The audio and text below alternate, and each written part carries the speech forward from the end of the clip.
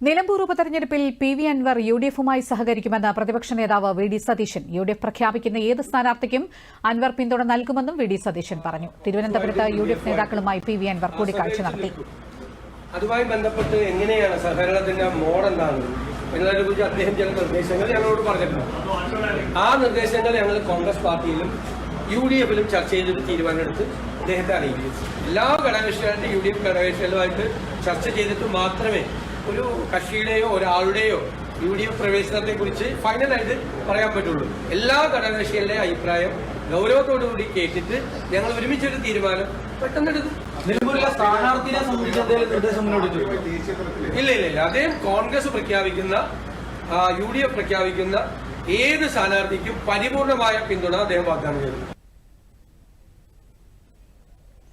അൻവർ മുന്നോട്ടുവച്ച നിർദ്ദേശങ്ങളിൽ പാർട്ടിയും മുന്നണിയും ആലോചിച്ച് തീരുമാനമെടുക്കുമെന്നും പ്രതിപക്ഷ നേതാവ് പറഞ്ഞു.